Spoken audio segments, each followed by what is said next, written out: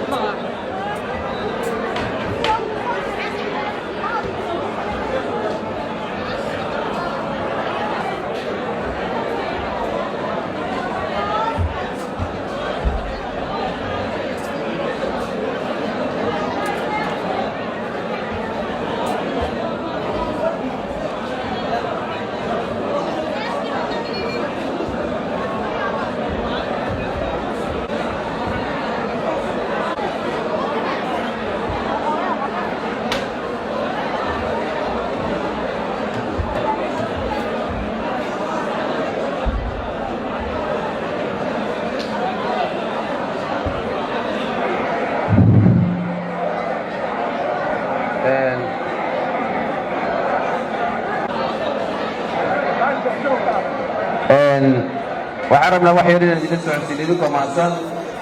sida loo baxayo inay noqoto si fudud oo teelteela idinkoo mahadsan.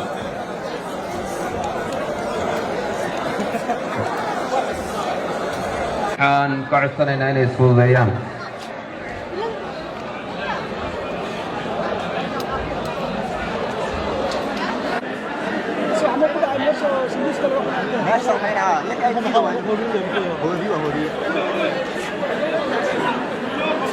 marka arrintani xal badan ayay u baahan tahay. arrintan maaragtay Soomaaliya ku saabsan oo nala soo darisay ilaa iyo 20 sano la soo dhaafay dowladda ku meel gaarka iyo dowladda federaalka dhexe oo ayaduna weli ilaa hadda cagaha ku taagnayn oo aan dhaafin maxal qaabila Soomaaliya oo aan gaari karin number 4 ee airportka on ku eg oo meel fog aan ka shaqeynin oo aan gaari karin afgooye. marka waxa weeye waa Soomaaliya yaa yaqaan marka waxay xal u noqon doono arrimahan markasta waa soo noqonayaan. maasha ferbal iskala daalay kulihii baarlamaanka waxay kaloo maaragtay ay ku dagaalamayaan nimankii afduubkaana ayaguna meel halkaas ay ka daawanayaan oo arrimooda ayaguna hoos bay ka wataan. odaygii bedel ahaan oo asagana la dilay oo 2 bari ka horna asaguna abwaankii bedel 2 habeen ka hor la dilay oo asaguna intaan la dilin ka hor aad iyo aad u taageeri jiray dowladda nabad iyo nolol oo markii ugu dambeysay laga wareystay Shabeelle radio Shabeelle oo maaragtay aad iyo aad ugu gabriyey Fahad Yaasiin iyo farmaajo oo aad ula dhacsanaa dowladda hadda jirto ee federaalka ee waqtigeedu ka dhamaaday marka odaygaasna allah u naxariisto mar walba uu dhiman lahaa waqtigiisa markaas unbuu ka ekaa kolay maamaha lagu dilo qofka ama cadaha u dhinto mar walba waqtigaas ma dhaafeen marka allah u naxariisto abwaankana maaragtay waa kolayba xaq gacan daran ayaa dishay dad haybtoodan aan la aqoonin oo bistoolada ku hoysan ayaa maaragtay waxa ay ku toogteen mar uu ka soo baxayay masaajidka gurigiisa hortiisa aasheena ka carareen wax isweydiiyena malahan wax weliga dhici jirtay arrimahani oo maaragtay aan ku cusbooneen waddanka Soomaaliya weligoodna dhiigga xalaalaystay aad iyo aadna maaragtay ay xaqdaradaas ay ka jirto waddankeena Soomaaliya marka waxaanu maantayto maaragtay arrintan ayaa ku soo cusboonaatay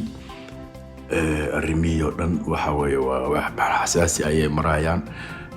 gabar hadda ka hor maaragtay galmudug lagu dooran jiray oo maaragtay aad iyo aad maaragtay ay u taageersanayeen galmudug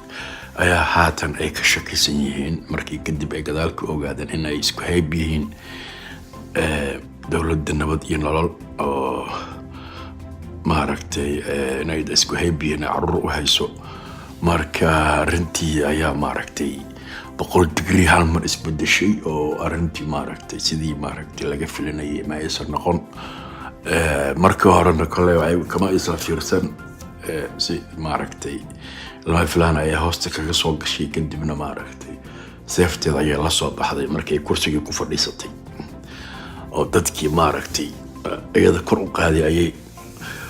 ka hortimid arrimahan maaragtay waa arrimo soo laabtay waddankeena Soomaaliya oo dhibaato ku haya oo aan maaragtay markasta aan dhamaaneyn oo dadka dhan oo la dhaarinayo inta aniga waxaan oran lahaa maanta intuu baarlamaankeena Soomaaliya war ha dhaaranina dhaarta iska daaya because ilaahay inkaarta waddanka haysata waa dhaartaas idinkoona dhaaran baa la qaataa sababta kitaabkiiba waxaa ka dhigateen calaayar gacanta baa iska saaraysiin xaqdaradaas way ka soo baxday waddankii haji laga joojiyo dhaarta dadkan oo maaragtay beenta oo ay ku xadgudbayaan kitaabka inkaartaas ayaa waddankeena haysato marka waxaan ka codsanayaa dadka maaragtay dhaarinaya baarlamaanka waa inay ka joojiyaan dhaarta maadaama aysan dad maaragtay xaq ilaahay aan aqoonin iska dhaaranayo kuna xadgudbayo dhaarti ilaahay intay hortagaan tii aakhirana way sugi doontaa marka waddanka xaqdarada haysato waa dhaarti beenta oo mar walba lagu dhaaranayo aan kadibna aan la tixgelinaynin dhaartii ee waddankooda u dhaarteen iyo dadka shacabkooda ahaa ee mar walba ku tumanayaan marka arrimahan waa nagu soo laalaabteen waxa waaye waa arrimo maaragtay markasta soo laalaabanaya xal waa loo laayahay waddankii Soomaaliya mar walba xal la'aan baa jirto oo wax xal ah oo laga gaari karo ma lahan meeshii hadda isku dhaxfeereen odaygii weynaayo maaragtay loo doortay labadii oday ugu weynaa ayaa fir loo duubtay marka waa dad aan xushmad lahayn xushmaynayn sidii maaragtay u dhaqmaayo gangis oo kale marka arrimahan waa arrimo xasaasi oo soo noqnoqday wax xal ilaa hadda looma hayo waa maaragtay waxaad kala socotiin wararkan idinka falaqeynay Somali Canadian show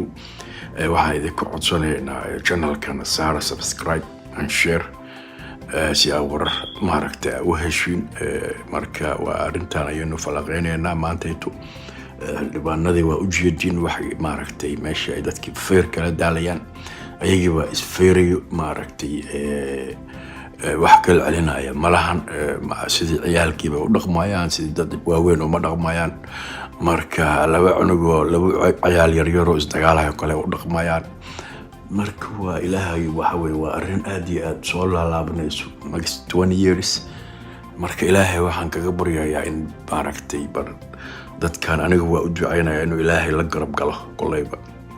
dadkan tirada badan oo la soo doortay in waddankeena ay ka saaraan dhibaatada baa ilaahay ugu ducaynayaa waa rabadaan